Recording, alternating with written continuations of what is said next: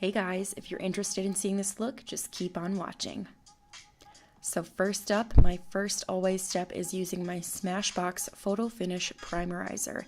I feel like this is a perfect primer to help hydrate, a moisturizer in one, and I also feel like it does a really good job of filling in my pores.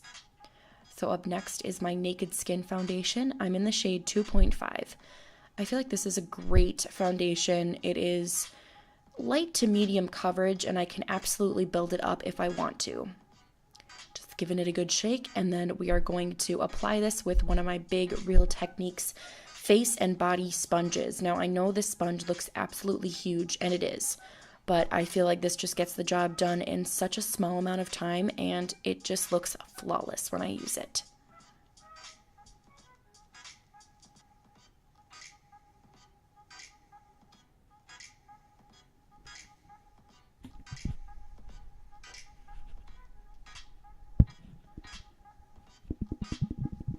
I swear I spent a ridiculous amount of time blending, but with this sponge, it's almost relaxing and it makes my skin look so flawless. So the more blending, the better. Okay, so up next is one of my favorite go-to products. This is the Tarte Shape Tape Concealer. If this isn't in your makeup collection, I feel like this is a definite must-have. It just has the best full coverage without being dry or cakey at all. So I'm putting this on the high points of my face and the areas where I want to highlight and conceal. So I definitely want to conceal those under eye circles, and then I put it in the center of my face just to kind of make everything else pop.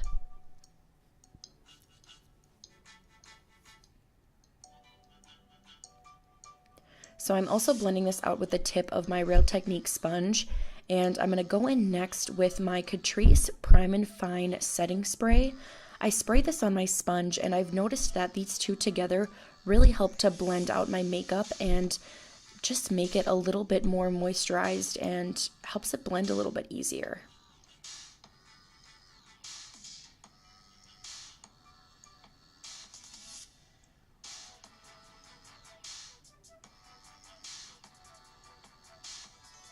I like to put this on my eyelids as a little bit of a eyeshadow primer as well. And I do believe I go in later and set this with a base shadow. But for now, it's good.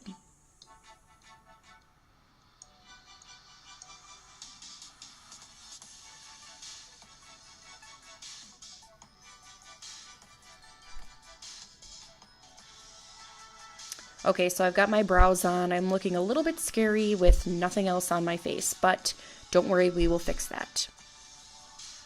So I'm using the Makeup Revolution Fierce as Fire palette today. I love this because it was warm and just those berry, orange, pinky tones, and I was really feeling it today.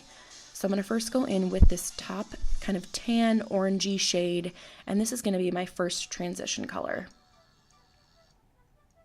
Zoom you in here so you can see.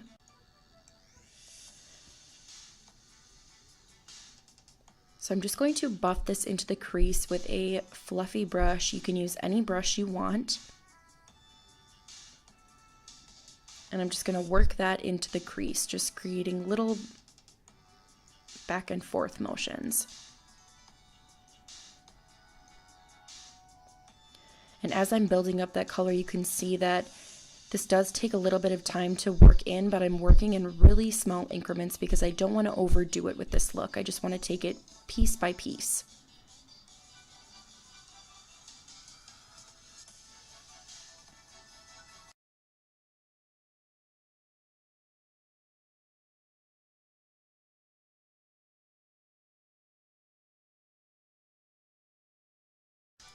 Okay, so next shade I'm going to use is just a little bit deeper in tone. It's just a really nice, soft, tannish brown shade.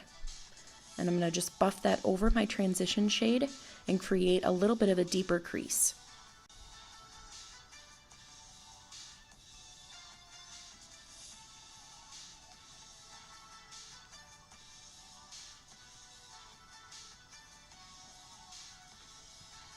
So next I'm going to take a little bit of a pointed crease brush, and I'm going in with that really pretty pink berry shade.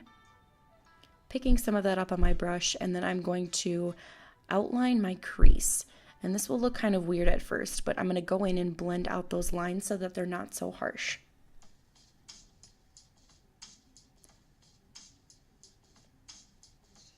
This palette, if you pick up enough, it's very, very pigmented, but I suggest working in sections because that was the time when I didn't get a lot of fallout, when I just kind of worked in small sections. So this looks crazy, but I'm going to go in with a very clean blending brush, and I'm just going to buff out those edges.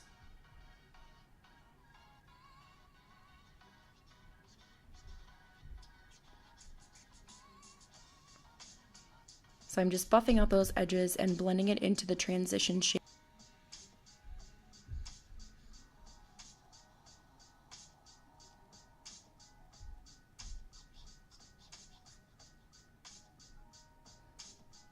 So this will take a minute to blend out and look okay, but just keep on working at it and it will all come together.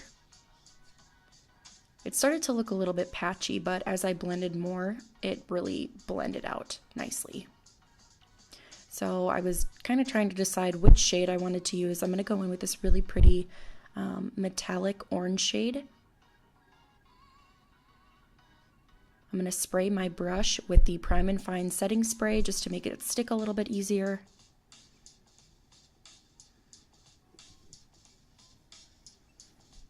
And then I'm going to go on the center of my lid and just work in small sections again, press and drag down, and I feel like that creates the best amount of shadow payoff.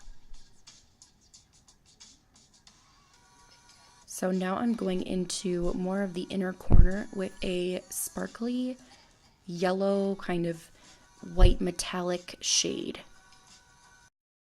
Okay, so now I'm going to go back into that berry deep shade, and I am just going to deepen up the crease a little bit, and this will just help define the outer corner.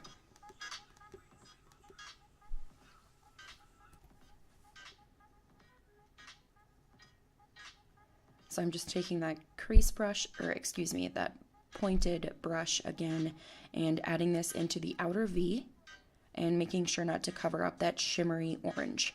If you do cover it up, it's not a big deal. We'll just go back in with that small brush and blend it out and pack on the pigment.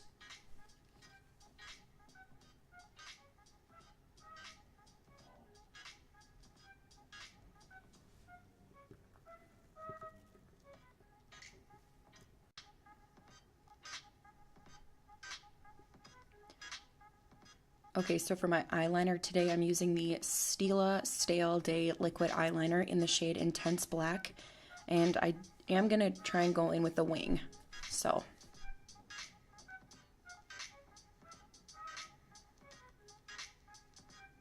It's always so nerve-wracking trying to get that perfect wing.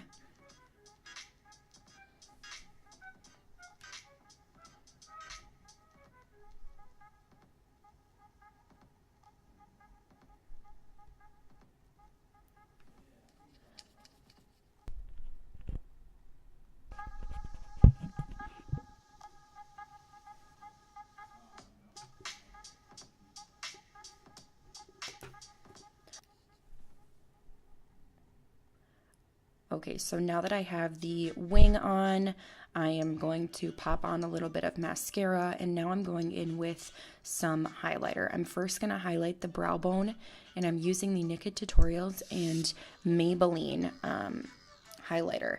And these are amazing. They give off such amazing pigment.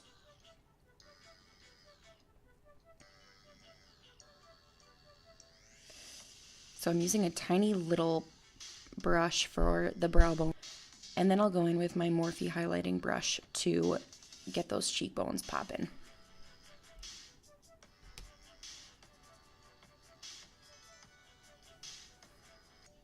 Alright guys, so I lost a little bit of footage here, but here's what I put on my lips. I have the Sleek Lip Shot Gloss Impact, and that's in the shade Don't Ask. And then I put a Dose of Colors Brillo, and this was the collaboration with Desi and Katie, I believe.